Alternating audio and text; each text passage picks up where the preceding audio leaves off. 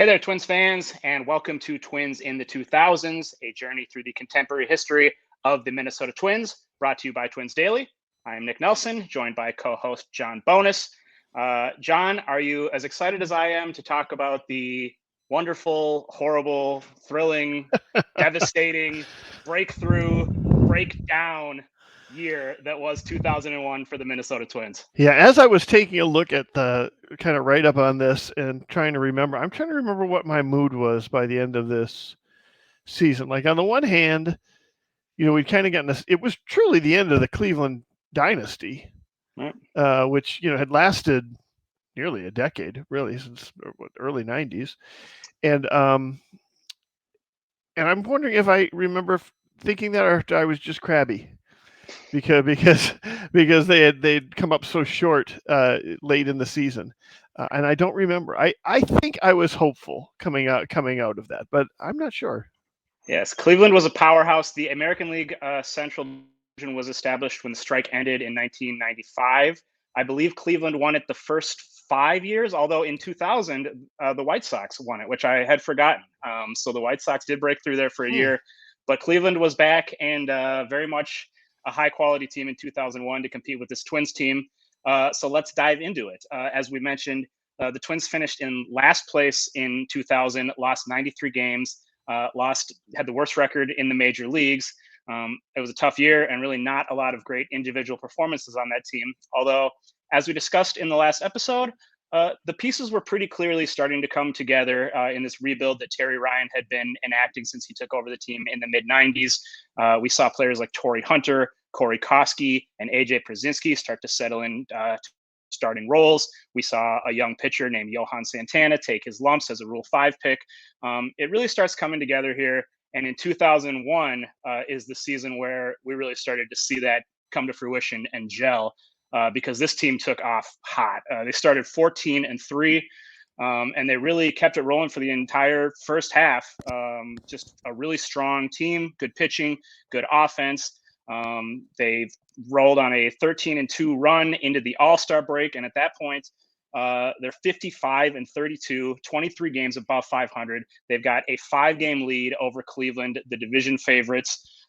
They've got 3 All-Stars: Christian Guzman, Eric Milton, and Mays. This is the first time since 1994, when they were represented by Kirby Puckett and Chuck Knobloch, that the Twins sent multiple players to the All-Star team.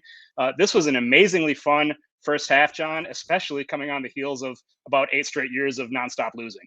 Well, yeah, despite the fact that they faded in the second half, a lot of that, first of all, other than a bad month of August, a really bad month of August, a lot of that was just due to Cleveland still being really, really good. They ended up with 85 wins by the end of the year, and I think everybody got a taste of what this team could be, what the pieces could look like. It was still, as I recall, 2002, the beginning of 2002 was still a little bit of a surprise to us because we'd kind of seen how things ended in 2001. But, in 2001, it felt like, the fade that happened at the end was mostly due to the bullpen. And that's always something that, can be fixed. So it did feel like a lot of the pieces were in place. And, one of those pieces, I think, was Joe Mays, who ended up getting a, long-term a long-term deal at the or a big contract extension between this season and the next season. He ended up not really being a piece of any of the next big Twins winning seasons, but yeah, it was a fun ride, and it was only marred by sort of a late season fade, a lot of bullpen problems, and a trade deadline that didn't work out exactly the way the Twins had hoped. Yeah, so let's talk a little bit about that fade. As I mentioned, the Twins up 5 games, 23 games above 500 at the break. And at the break, they broke. There's no other way to put it, really. They lost 10 out of 13 coming out of the break, heading into late July. Terry Ryan is under some pressure, finally in a pennant race, a contention race for the first time in his tenure as GM. He's sort of under the gun to make some moves at the deadline and really had his big first buyer splash. A couple of significant moves made at the deadline by Terry Ryan. Trades Mark Redman, a left-handed starting pitcher, a young pitcher of some promise, for a relief pitcher named Todd Jones to shore up that bullpen, which was starting to show some warts, as you mentioned, there in July. And then bringing in a veteran starter named Rick Reed to supplement the rotation. the right-hander brought in return for Matt Lawton, who, as we mentioned, was the MVP of the 2000 team, an all-star, a first-time all-star that year. Looked like a very good young outfielder. So two pretty big moves. And looking back, John, I think there was maybe some moves that were being talked about that didn't come to fruition. Yeah, Terry Ryan had a lot of. It's actually very telling that in their first year in which they were really competitive, he was so aggressive on the trade front. In fact, trading away future talent for people that could help immediately. This was that is not Terry Ryan's reputation, I think. But that first year, when after he'd been GM for a while, they'd already missed kind of going through a rebuild. They were really doing it. The idea was that he needed to get a starting pitcher. He needed some help in the bullpen. And to do that, he recognized he had to trade away one of his outfielders. So then he was also trying to get an outfielder back in return to replace Lawton. And rumor has it, or I don't know if it's been reported or not, but I think it was, that they were heavily pursuing Shannon Stewart to replace Lawton in right field. And in fact, they thought they had a deal done with the Toronto Blue Jays to trade Michael Kadire to the Blue Jays for Shannon Stewart. And the Blue Jays at that time were kind of a mess.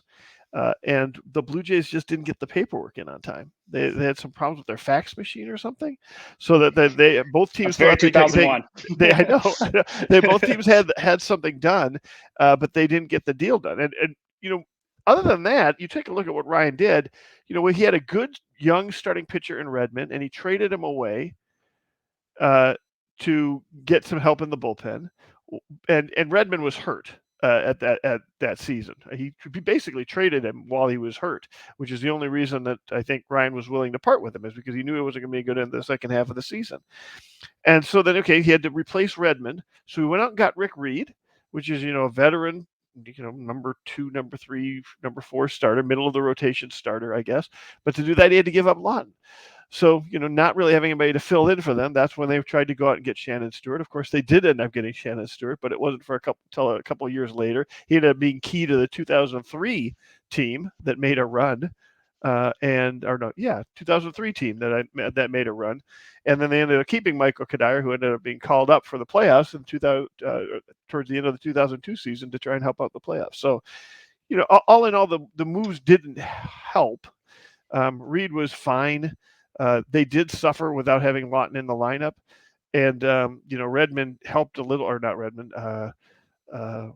Jones helped a lot in the bullpen, but that didn't do much good because LaTroy Hawkins was just such a complete disaster after the All-Star break that year. Yeah, I mean, it doesn't seem this way looking back because they both kind of faded after the trade, but Matt Lawton for Rick Reed was kind of a blockbuster deadline deal for the time. I mean, right. Lawton, like we mentioned, it was a sort of breakout player the previous year, an all-star, and Rick Reed was a big name pitcher. I remember being very excited, little teenage me, about bringing in a big wattage player like that to try to make a run. But as we said, it wasn't quite enough. They acquired Todd Jones to be the setup man for LaTroy Hawkins. Turns out that maybe they needed a new closer. Now, granted, when I looked back, I didn't really remember it this way, but there was no real reason to think that they needed a closer at that time, because LaTroy Hawkins pitched very well in that role in the first half. I think he had like a 3.06 ERA, converted most of his save attempts, but for whatever reason, it just totally fell apart in the second half. LaTroy Hawkins, oh my goodness. Let's see, I've got some, the Twins went 30-45 after the All-Star break. They ended up finishing 6 games behind Cleveland in second place. They lost 11 games in less than 3 months in the second half. Like you mentioned, the bullpen had some problems, and LaTroy Hawkins was the figurehead for this collapse. From the trade deadline to the end of the season, he blew 5 saves while converting only 2. He was tagged with 3 losses. He had an 11.77 ERA, a negative 2.6 win probability added in just 2 months. That's stunning. Yeah, I mean, I think if you talk to people in 2002, the next year, the big difference between the team in 2001 and 2002 was installing Eddie Guardado as closer, having LaTroy Hawkins thrive in a setup role, while Eddie Guardado thrived in a closer role. And that seemed, in a lot of people's minds, I think that was the big difference between the 2001 and the 2002 season. They just were able to lock stuff down. I mean, it is hard to. um, for a while there, LaTroy Hawkins was, among some of the worst, most cursed names in Minnesota Twins bullpen history. Ron Davis and Colomé and I was going to LaTroy ask you, Hawkins were going to be. Yeah, where it does he was. rank on the closer catastrophe scale? That Like with year, those two? was truly a disaster. I mean, and then who was the guy they I forget who they traded for in 2011 or 2012 for Matt the Caps. Matt Caps, right? Yeah, Yeah. I mean, it was Matt Caps ish, except he was even really worse. It was one of those, and Twins fans were, especially the older Twins fans, were all too used to watching all too scarred from the Ron Davis years of trying to remember, a competitive team that seemed to blow game after game after game down the stretch. That August was just absolutely terrible. So here's a question on the heels of the year we just experienced with the Twins. Is it better to have your closer absolutely fall apart in April and just have the season be basically non competitive from the start? Or to be competitive going into the second half and have your closer completely fall apart in August and watch a season that you feel is going to be a playoff season completely blow up in your face? Well, that's a fair point. It's a fair question. I mean, I guess had I not lived through 2021, I probably would have said, "Oh yeah, it's much better to have them be terrible in April." But I mean, that just sucked the life right out of the season, and they never really recovered. So I guess I can't say that. I guess I'd prefer to have it happen in August. Yeah, I think that's yeah. At least you got a little bit of. At least you got to ride the competitive train for a while. Right. Yeah.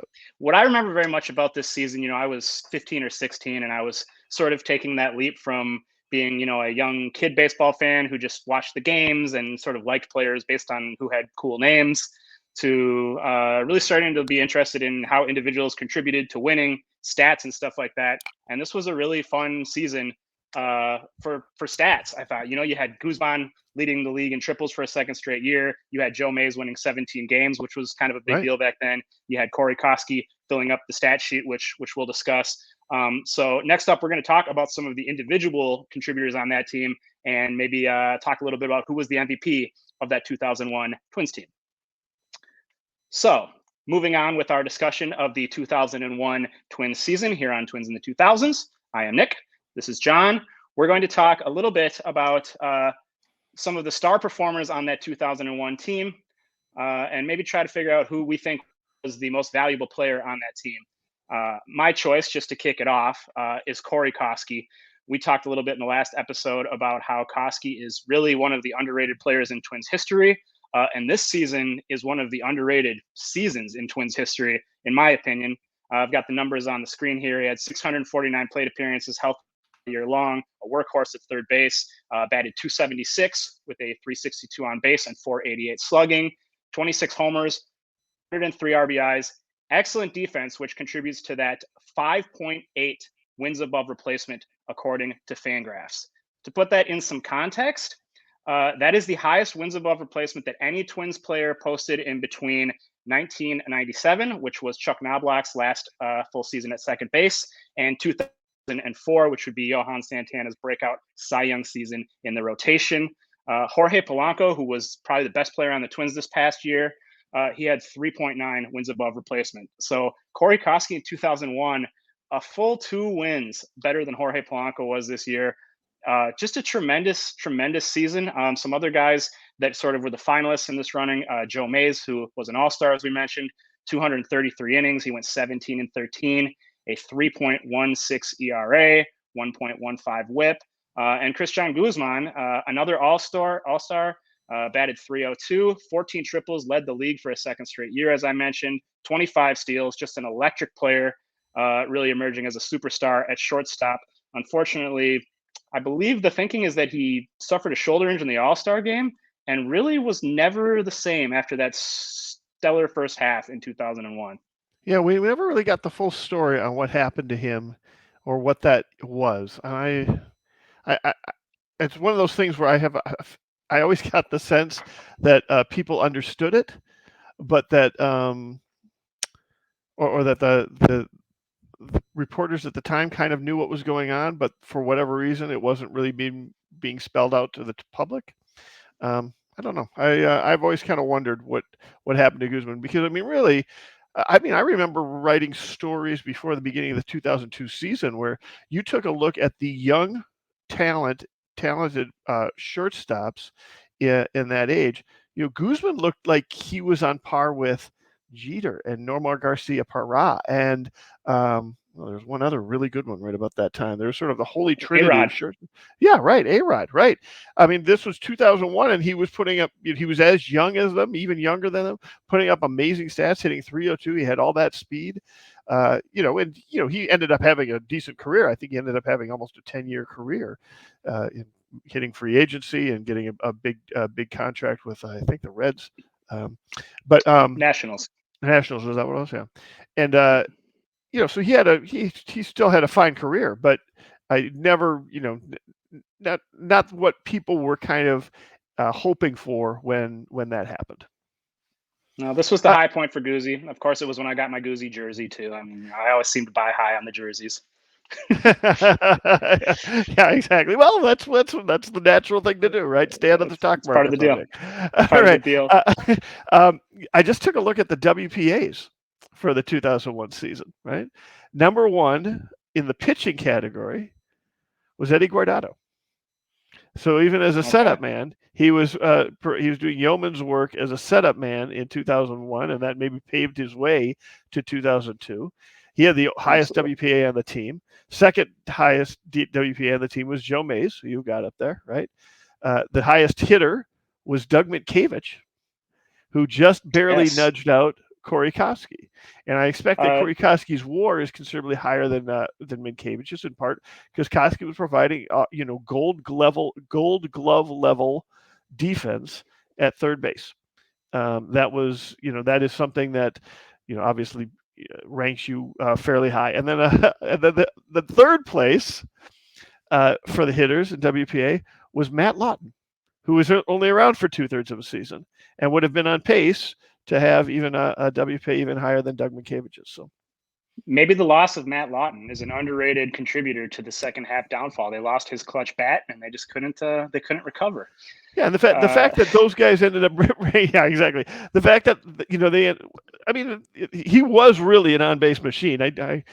I feel like we probably he's one of the more forgotten Twins in history, because he missed sort of the big years with the Twins. If he had still been yeah. around, and in 2002 2003, we might have had a different view of his career. Instead, he ended up kind of getting stuck between like 96 and 2001, and those were years that most Twins fans didn't want to remember. But I think the fact that so many of these guys ranked high in WPA and they're not even making the lists of the potential MVPs also makes the point that this was a balanced team. This wasn't a team that had a lot of superstars. They had 3 all-stars, but they had 3 all-stars that were borderline all-stars. None of them were superstars. None of them were in line to be making huge money. I don't think any of these 3 ever signed those enormous contracts that indicate sort of a superstar level. But they were all really good regulars who ended up getting paid, and that seemed like that was the way across the entire roster, both the pitching staff, the bullpen, and the lineup. And to that, I think you've got to give Terry Ryan some credit. Terry Ryan, the Twins office, some credit for arranging you getting that much talent, even without hitting it big on a couple of big names. Yeah, no doubt. I mean, that's one thing that struck me as I was going through the list of players to sort of nominate as MVP. There was a lot of really good performances on this team, to the point where it's quite stunning that they weren't able to win the division. A few other names of note beyond the ones we have on screen there. Eric Milton, who was an all-star, as we mentioned, he went 15-7 with a 4.32 ERA, which was Right? above average for that time in 220 innings. Doug Minkiewiczz, you mentioned, this was his first season as a regular, batted 306. Career high 851 OPS. He won a Gold Glove, as did Torrey Hunter, who hit 27 home runs. He really settled in as a regular after, in the 2000 season. A big story of that season that I don't think we really touched on in the last episode was that Hunter struggled so much early in the season. It was like a Byron Buxton just totally overwhelmed situation when he came up. And he'd had a couple cups of tea before that, I think. But He went down to the minors and he came back and he just tore it up in the second half. And then from that point forward, he was a star player. And this was kind of the beginning of his reign of Gold Gloves and 25 to 30 home runs, just being a high quality center fielder. And then Brad Radke, this wasn't one of his greatest years, but another great year for him. He was very solid as the veteran leader of that rotation, 6 complete games, 2 shutouts. He just continued to be an absolute workhorse. So as I mentioned, Koski, my pick for MVP on this team. John, do you agree or do you have your own choice? I think I would lean Mays. Just because this, the pitching had been such a problem for the Twins. And, I've really felt like the lineup had kind of gelled around there, but Mays stepping forward where he did was a completely new development, right? And that I think people forget that year the Twins had 3 pitchers who pitched 220 innings. Imagine that today. Right. Imagine one pitcher anywhere pitching 220 innings. And I guarantee you the announcers were bitching because they didn't leave him in long enough. That Tom Kelly wasn't leaving in the pitchers long enough, right? I guarantee that was a complaint in 2001. I can hear it back then. But yeah, they had both Milton and Radke and Mays all pitched 220 innings that year. So that is a great pitching staff, and Mays was sort of one of the missing pieces there. So. An interesting note about your guy Joe Mays: his strikeout rate that year was 4.7 K per 9. He averaged 1 strikeout every 2 innings, which I think speaks to truly, I think, maybe the defining quality of this team. We've talked about some of the pitching performances, some of the offense, the defense. This was just an incredible defensive team. As we mentioned, Torrey Hunter was a Gold Glover. Doug Kavich was a Gold Glover. Koski probably should have been. That was what Terry Ryan and Tom Kelly wanted to build around, and this team truly was the epitome of their vision, I think. Joe Mays, the second TwinsGeek.com started up before it was even TwinsGeek.com in the beginning of February of 2002. And as I recall, the second story I wrote was blasting the Twins for giving Joe Mays a long contract extension. So I'm because of that strikeout rate. That strikeout rate's just scared the hell out of me. Now, it turns out it wasn't necessarily his strikeout rate that hurt him. What ended up hurting him is he ended up being hurt for pretty much the duration of that contract. He was hurt by being hurt. Yeah. He was hurt by being hurt. So maybe that's why I'm choosing or voting for him for MVP, as I feel after all this time to give him some of his due for the one great year he did have. Love it. All right, so I'm going with Corey Koski, the third baseman. John's going with Joe Mays, the starting pitcher, as the MVP of the 2001 Twins.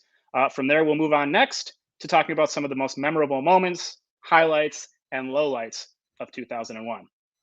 So, as we continue with conclude our discussion of the 2001 Twins, we're going to talk about some of the memorable moments. The first one I've pulled up here is Matt Lawton on the cover of Sports Illustrated in April 2001.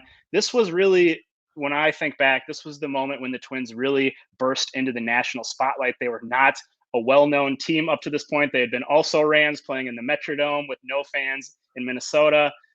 As we'll discuss, they were sort of on the brink of possibly going away. And you have the Sports Illustrated cover. Do you believe in miracles? All the first place Twins have to do is hang on for another 6 months, was the subhead, which turned out to be a little prophetic. But this was a cool moment. I mean, as Twins fans, I know, it's kind of the case still now. We're still sort of flyover country in the realm of Major League Baseball. But people that don't remember back then, the Twins were beyond irrelevant at that time. Well, I mean, I think we spent a fair amount talking in the 2001 about what they had done to the payroll in 1999. Right, they completely slashed the payroll down to, I think, a $16 million payroll in 1999. And yeah, I mean,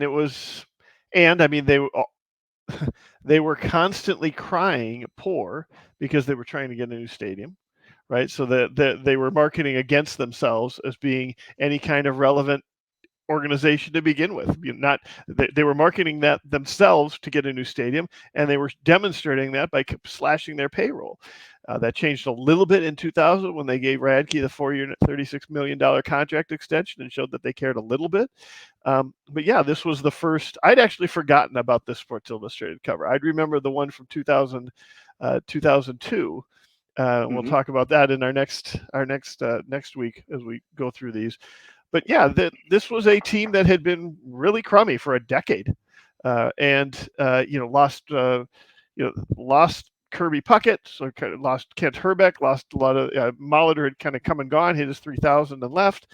They were basically a one-man team with Radke once Knobloch left. They had traded away their superstar Knobloch for a package of prospects. This was they were not a national, so they were beyond irrelevant. And for them to jump out to 14 games above 500 early in the season was a big deal. In June of 2001, by virtue of finishing with the worst record in Major League Baseball in 2000, the Twins received the first overall pick in the draft. Came down to basically there was two consensus top guys that they were choosing between at the time: the hometown high school catcher Joe Mauer and the pristine college pitching prospect from USC Mark Pryor. And the Twins and Terry Ryan ended up choosing to go with Joe Mauer, the hometown kid, as we know, which I think history has basically proved that decision to be right. John, would you say so? Yeah, I mean, I think certainly he had the more illustrious career.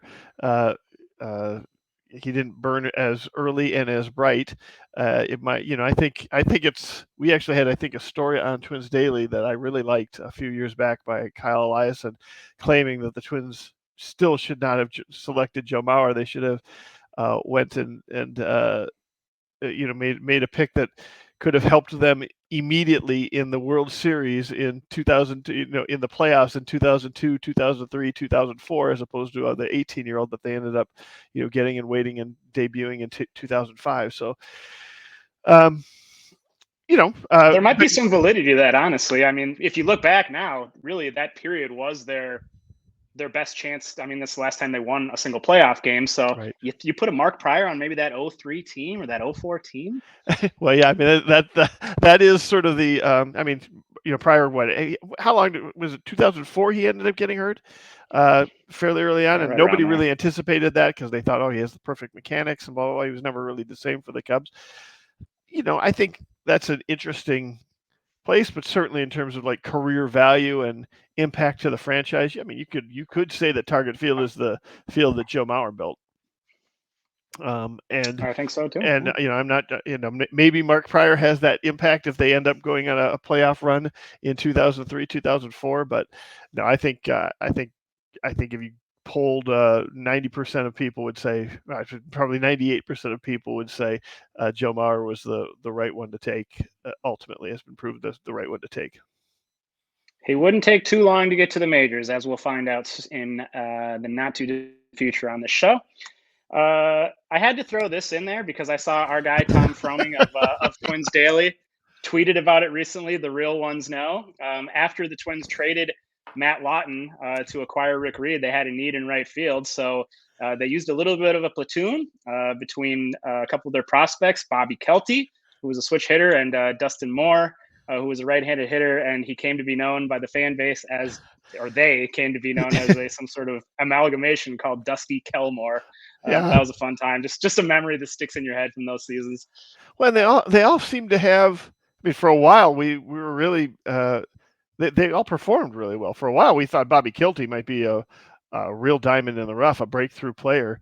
I think if I still give Aaron Gleeman a hard time about how much he hated the trade that sent Kilty to the Blue Jays for Shannon Stewart, but to be fair, I was writing at the same time and I trashed it just as much. We really thought Bobby Kilty was onto something, but Dustin was also. Moore was also a real asset. He had a great couple of years early on in that decade, so it was good.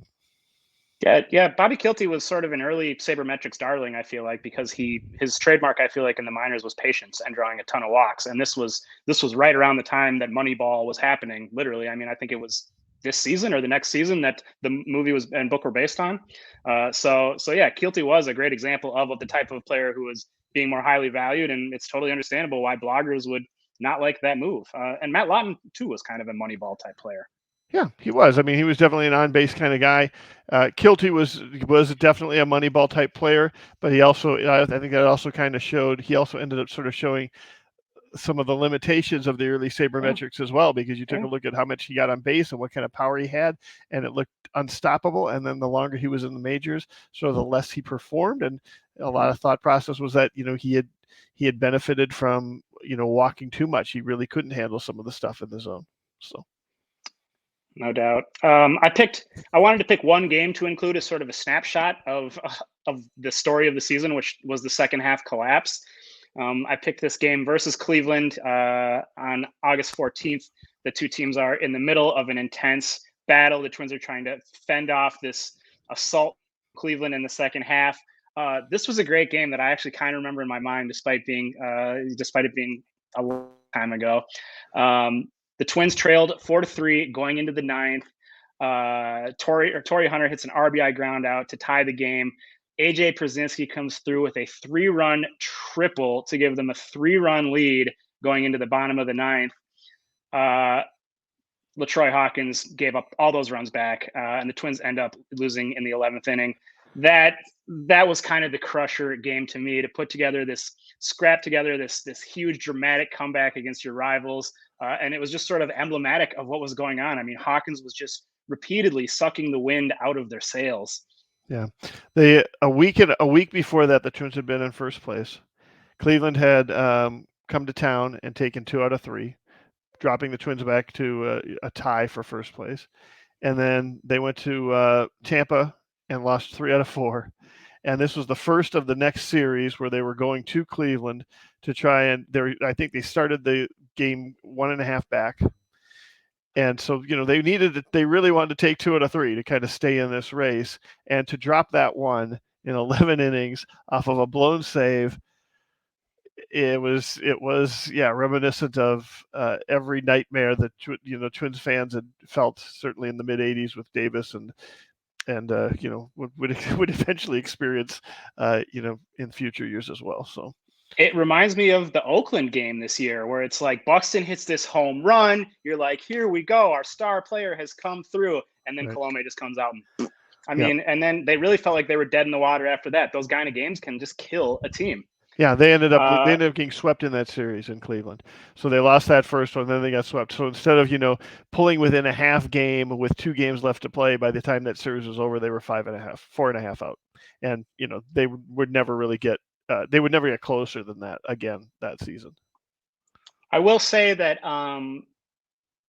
we've been hard on LaTroy Hawkins in this episode, because truly the story of the season was largely his Sure. closer collapse in the second half. Yeah. We had LaTroy Hawkins as our guest for a winter meltdown several years ago, and we asked him about, he was very open about, what, because he's going to have his redemption story, as we'll find out in the series. He bounces Right. back to become an elite setup man. So this is not the closing of the book on LaTroy Hawkins by any means. But we asked him, some questions about what was the difference. Was it truly just the pressure of pitching in the ninth? Was it just a bad run for you? So I think you can probably still find that episode in the archives, maybe in Gleeman at the Geek. I'd recommend going back to listen to that if you're curious to hear his thoughts about that season and that whole dynamic. Yeah, I'm guessing that would be the 1999 winter meltdown that you'd look for. I think that's right. I mean, 2000.1999? I'm Wow. sorry. 2019. 2019 winter meltdown. I think. Yes, I remember it was at Brothers. It would have probably Yeah, been I know. 2019. That sounds Might have right. been 2019. Might have been 2018. I don't know. So. So I have it on the same slide here, which makes it seem like it was a reaction directly to that game. I don't know that it was. It might have been. But on October 12th, 2001, somewhat surprisingly, Tom Kelly, who was the manager who presided over both of their World Series victories in '87 and '91, resigned as manager of the Twins after 15 years at the helm. He basically indicated that he was feeling kind of burned out. And at that point, the Twins set upon their quest to find a new manager to try to usher this young core into the future and hopefully a takeover of the AL Central Division. John, do you remember your reaction when the Tom Kelly resignation news came out? It was a surprise. I don't think we had really expected. I don't think even people inside had necessarily expected that. Yeah, it was. The overall reaction, both among Twins Nation and even myself, was that of, oh, damn. Like that's just as things there. Like I said, we went into October of that year with some hope about what we might see in 2002, and now suddenly you get that first blow that sort of is a sobering reality, uh, in the sobering reality check for the fan base, and then we turns out we didn't know what a sobering reality check was because we were about to get it. The haymaker of all haymakers hit us about a month later. Yes, the Twins embarked upon a new managerial search. Two favorites quickly emerged: third base coach Ron Gardenhire and I believe bench coach at that point, or Paul Molitor. He was definitely in the organization in Yeah, some he was. form or He fashion. was a bench coach, I think. Uh, so those two sort of emerged, and we'll talk a little bit about who came out on top of that in the next episode. But the question at this point was there going to be another season for the Twins? Was there going to be another manager to oversee this team? Because as you mentioned, about a month later, on November 6th, not 2021, 2001, the owners voted 28-2 in favor of eliminating two teams before the 2002 season. And the Twins directly in the crosshairs, and everyone knew it at that point. I look back as a very, very grim time as a Twins fan, and a hard time to have faith in anything. Um, you know, I I see people complain about Twins ownership now, and I get it. But I think back to this time when their payroll this year was $30 million, and I'm pretty sure that one of those 28 votes for contracting was Carl Pohlad. So their own owner voting to get rid of the team, that is just such another level. I mean, that is a bad owner. That is an owner to just despise. The Twins now have come so far since then. Well, they have, but when people, I think we'll talk a lot more about contraction in the 2002 one that we're going to be doing. But I will say this: for all of the bad, for those people who think that the Pohlads get a bad rap for how they run this team and how they spend on this team, there's certainly some valid, arguments that they have, spent what they should be spending. They are, they run it like a solid business. It's certainly grown well. That is damn near an unforgivable.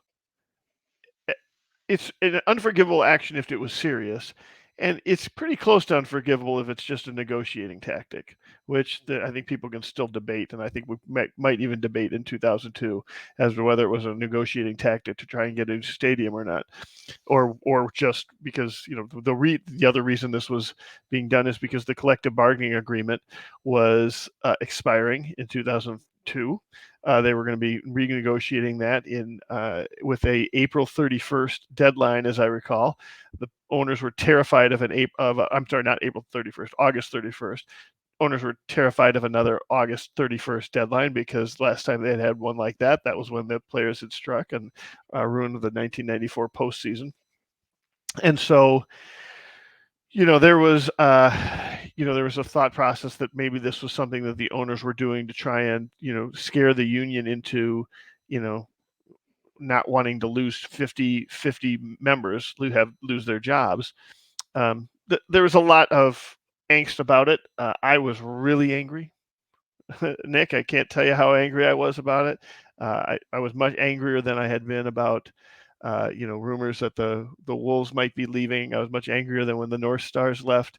To me, to have Major League Baseball contract was a totally different story than a team moving. When a whole Major League Baseball is basically just deciding your team doesn't deserve baseball, that was something I didn't think the Minneapolis would ever have any interest in baseball ever again.